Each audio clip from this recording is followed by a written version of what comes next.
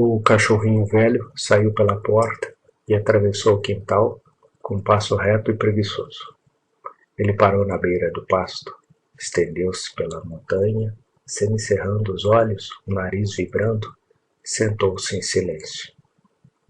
Viu a planície monótona do Chaco, com suas alternâncias de campo e montanha, montanha e campo, sem mais cor que o creme da grama e o preto da montanha. Isto fechava o horizonte, a 200 metros de distância, em 3 lados da fazenda. Para o oeste, o campo alargava-se e estendia-se, mas a inescapável linha sombria emoldurava-o à distância. Naquela madrugada, a fronteira, ofuscada pela luz do meio-dia, adquiriu uma clareza calma. Não havia uma nuvem ou um sopro de vento. Sob a calma do céu prateado, o campo emanava um frescor tônico que trazia a alma pensativa diante da certeza de mais um dia seco, melancolias de um trabalho melhor compensado. Milk, o pai do cachorrinho, atravessou o pátio por sua vez e sentou-se ao lado dele, com um preguiçoso gemido de bem-estar. Ambos permaneceram imóveis, pois ainda não havia moscas. Velho, que já olhava para a encosta da montanha há algum tempo, observou. A manhã está fresca. Milk seguiu o olhar do cachorrinho e ficou olhando, piscando distraidamente. Depois de um tempo ele disse: há 2 falcões naquela árvore. Eles voltaram seu olhar indiferente para um boi que passava e continuaram a olhar as coisas por hábito. Enquanto isso, o leste começou a ficar roxo em leque e o horizonte já havia perdido a precisão matinal. Milk cruzou as patas dianteiras e sentiu uma leve dor ao fazê-lo. Ele olhou para os dedos, sem se mover, finalmente decidindo cheirá-los. No dia anterior, ele sentiu uma coceira e, em memória do que havia sofrido, lambeu extensivamente o dedo doente. Eu não conseguia andar, exclamou ele para concluir. Old não entendeu o que ele quis dizer. Milk acrescentou: há muitas mordidas. Dessa vez o cachorrinho entendeu, e ele respondeu sozinho, depois de muito tempo: há muitas mordidas. Um e outro calaram-se novamente, convencidos. O sol nasceu e no primeiro banho de luz, os perus da montanha lançaram no ar puro o trombetear tumultuado da sua banda de metais. Os cães, dourados sob o sol oblíquo, estreitaram os olhos, adoçando sua gentileza em piscadas abençoadas. Aos poucos o casal foi crescendo com a chegada dos demais companheiros. Dick, o taciturno preferido. Prince, cujo lábio superior, cortado por um coati, mostrava os dentes. Insondu, de nome indígena. Os 5 fox terriers, esticados e abençoados com bem-estar, dormiam. Depois de 1 hora, eles levantaram a cabeça, no lado oposto do bizarro rancho de 2 andares, o de baixo de barro e o de cima de madeira, com corredores e grades de chalé. Ouviram os passos de seu dono, que descia as escadas. Sr. Jones, com a toalha no ombro, parou por um momento na esquina da fazenda e olhou para o sol, já alto. Seu olhar ainda estava morto e seu lábio estava caído depois de sua noite solitária de uísque, que foi mais longa que o normal. Enquanto ele se lavava, os cachorros se aproximaram e cheiraram suas botas, abanando preguiçosamente o rabo. Como animais treinados, os cães reconhecem o menor sinal de embriaguez em seu dono. Eles se afastaram lentamente para se deitarem ao sol. Mas o calor crescente fez com que rapidamente o abandonassem pela sombra dos corredores. O dia transcorreu como os anteriores ao longo daquele mês, seco, límpido, com 14 horas de sol escaldante que parecia manter o céu em fusão e que num instante fendeu a terra molhada em crostas esbranquiçadas. Sr. Jones foi até a fazenda, olhou o trabalho do dia anterior e voltou para a fazenda. Durante toda a manhã ele não fez nada. Ele almoçou, subiu para tirar uma soneca. Os trabalhadores voltaram ao capião às 2 horas apesar da hora do fogo, porque o mato não saía da plantação de algodão. Atrás deles vinham os cães, apreciadores da lavoura, desde o inverno passado, quando aprenderam a competir com os falcões pelas minhocas brancas criadas pelo arado. Cada cachorro deitou-se sob um algodoeiro, acompanhando os golpes surdos da enxada com sua respiração ofegante. Enquanto isso, o calor aumentava.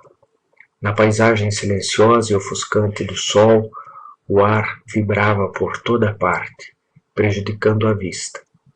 A terra, revolvida, exalava vapor de fornalha, que os trabalhadores carregavam na cabeça, enrolados até as orelhas no lenço flutuante, com o silêncio do trabalho agrícola.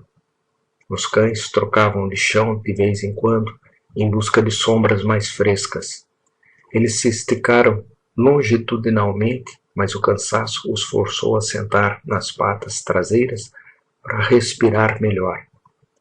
Um pequeno terreno baldio de argila, que nem sequer havia sido tentado arar, agora reverberava diante deles. Lá o cachorrinho de repente viu o Sr. Jones sentado em um tronco, olhando para ele. Old levantou-se, abanando o rabo. Os outros também se levantaram, mas eriçados. É o chefe, disse o cachorrinho, surpreso com a atitude deles. Não, não é ele, respondeu Dick. Os 4 cães estavam amontoados, rosnando abafado, sem tirar os olhos do Sr. Jones, que continuava imóvel, olhando para eles. O cachorrinho incrédulo foi avançar, mas Prince mostrou-lhe os dentes. Não é ele. É a morte. O filhote se arrepiou de medo e se afastou do grupo. O chefe está morto? Ele perguntou ansiosamente. Os outros, sem responder, começaram a latir furiosamente, sempre com atitude de medo, mas Sr. Jones já estava desaparecendo no ar ondulante. Ao ouvirem os latidos, os trabalhadores olharam para cima, sem ver nada. Eles viraram a cabeça para ver se algum cavalo havia entrado no campo e se dobraram novamente. Os Fox Terriers voltaram para o rancho. O cachorrinho, ainda eriçado, avançava e recuava com os trotes curtos e nervosos e aprendeu com a experiência de seus companheiros que quando uma coisa vai morrer, aparece mais cedo. E como você sabe que aquele que vimos não era o padrão de vida? Perguntado. Porque não foi ele, responderam com desdém. Então a morte, e com ela a mudança de propriedade, as misérias, os pontapés, caíram sobre eles. Passaram o resto da tarde ao lado do chefe, sombrios e alertas. Ao menor ruído eles rosnavam, sem saber para onde. Por fim o sol se pôs atrás do palmeiral negro do riacho, e na calma da noite prateada, os cães estacionaram ao redor do rancho, em cujo andar superior o Sr. Jones retomava sua noite de uísque. À meia-noite ouviram seus passos, depois o barulho de botas caindo no chão de tábuas, e a luz se apagou. Os cachorros, então, sentiram mais a iminente mudança de dono e, sozinhos ao pé da casa adormecida, começaram a chorar. E chorar. Gritavam em coro, derramando seus soluços convulsivos e secos, como que mastigados num uivo de desolação, que a voz caçadora de Prince sustentava, enquanto os outros retomavam o soluço. O cachorrinho só conseguia latir.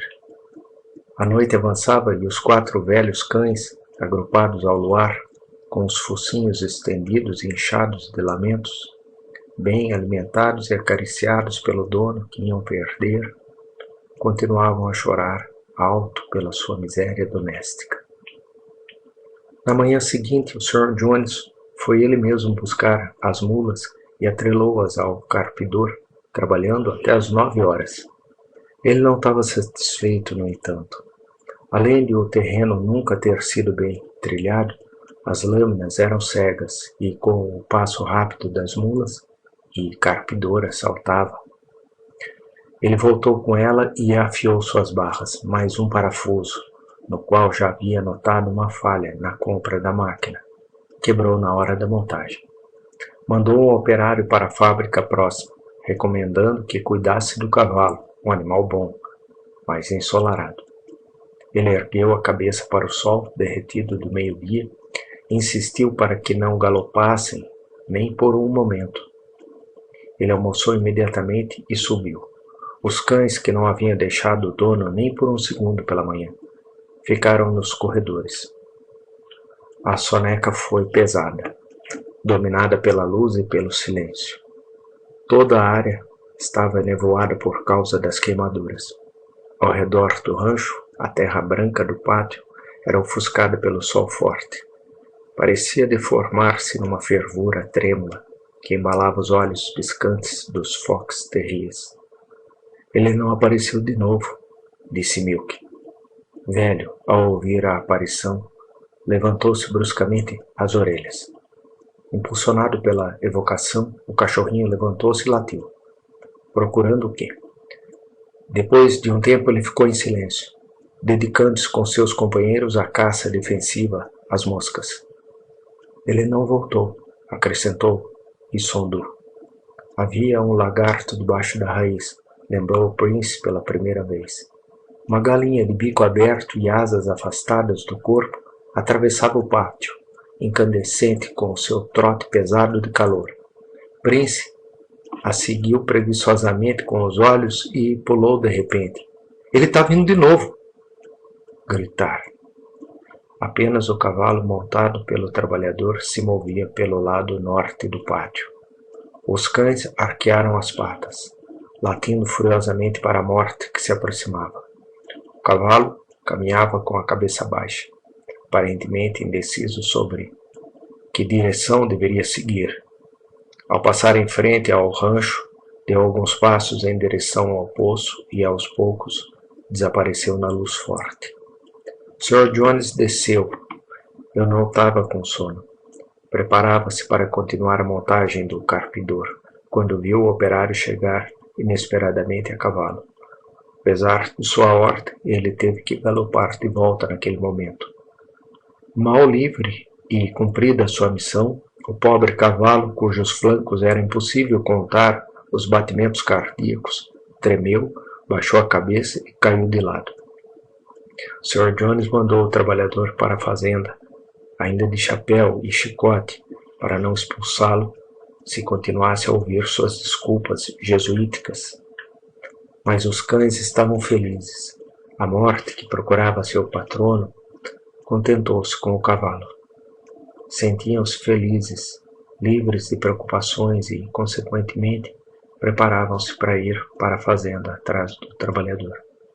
Quando ouviram o Sr. Jones gritando com ele, pedindo parafuso.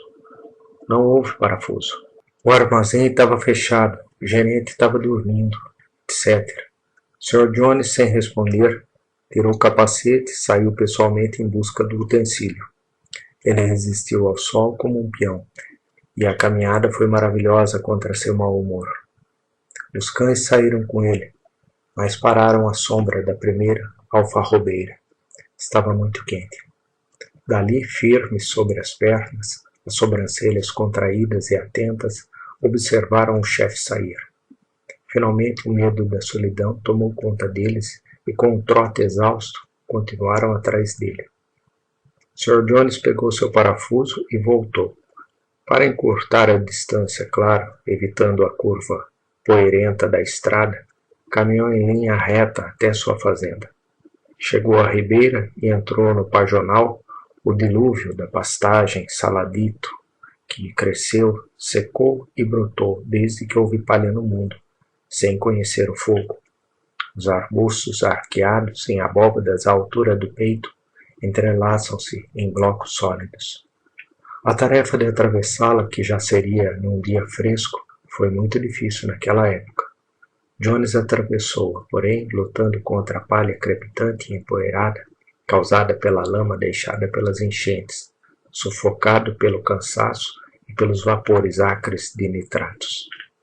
Por fim ele saiu e parou na beirada, mas era impossível ficar parado sob aquele sol e aquele cansaço. Ele marchou novamente. ao calor escaldante que crescia incessantemente durante 3 dias antes, somava-se agora o sufocante do tempo decomposto. O céu estava branco e não havia nenhum sopro de vento. Ele estava com falta de ar, com a angústia cardíaca que não lhe permitia respirar. Sr. Jones ficou convencido de que havia ultrapassado o limite de sua resistência. Já fazia algum tempo que o batimento das artérias carótidas martelava em seus ouvidos. E ele se sentiu no ar como se seu crânio estivesse sendo empurrado para cima de dentro de sua cabeça. Ele ficou tonto, olhando para a grama. Acelerou o passo para acabar logo com aquilo. De repente, acordou e se viu em um lugar diferente. Havia caminhado meio quarteirão sem perceber nada. Ele olhou para trás e sua cabeça sofreu uma nova vertigem. Enquanto isso, os cães continuavam atrás dele, trotando com todas as línguas de fora. Às vezes, asfixiados, paravam à sombra de um capim. Sentaram-se ofegantes para retornar imediatamente ao tormento do sono. Finalmente, como a casa já estava próxima, aceleraram o trote. Foi nesse momento que Old, que estava à frente, viu o Sr. Jones, vestido de branco, caminhando em direção a eles por trás da cerca da fazenda. O filhote, com uma lembrança repentina, virou a cabeça para o seu dono e confrontou. Morte! Morte! Ele uivou. Os outros também tinham visto e latiam de fúria. Eles viram o Sr. Jones passar pela cerca e por um momento pensaram que ele iria cometer um erro, mas quando chegou a 100 metros parou, olhou para o grupo com seus olhos azuis e marchou em frente. Não deixe o chefe andar levianamente, Prince exclamou. Você vai tropeçar nele, todos uivaram. Na verdade, o outro, após uma breve hesitação, avançou, mas não diretamente sobre eles como antes, mas uma linha oblíqua e aparentemente errônea, mas que deve tê-lo levado direto ao encontro do Sr. Jones. Os cães entenderam que desta vez tudo havia acabado, pois seu dono continuou andando no mesmo ritmo, como um autômato, sem perceber nada. O outro já estava chegando. Os cães abaixaram o rabo e correram de lado, uivando. Um segundo se passou e a reunião ocorreu. O Sr. Jones parou, virou-se e desabou. Os trabalhadores que o viram cair levaram-no às pressas para a fazenda, mas toda a água foi inútil. Ele morreu sem cair em si.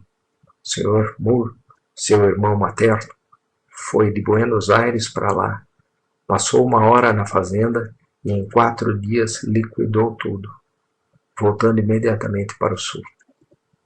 Os índios dividiam os cães, e desde então viviam magros e sarlentos. E todas as noites iam furtivamente roubar espigas de milho da roça alheia.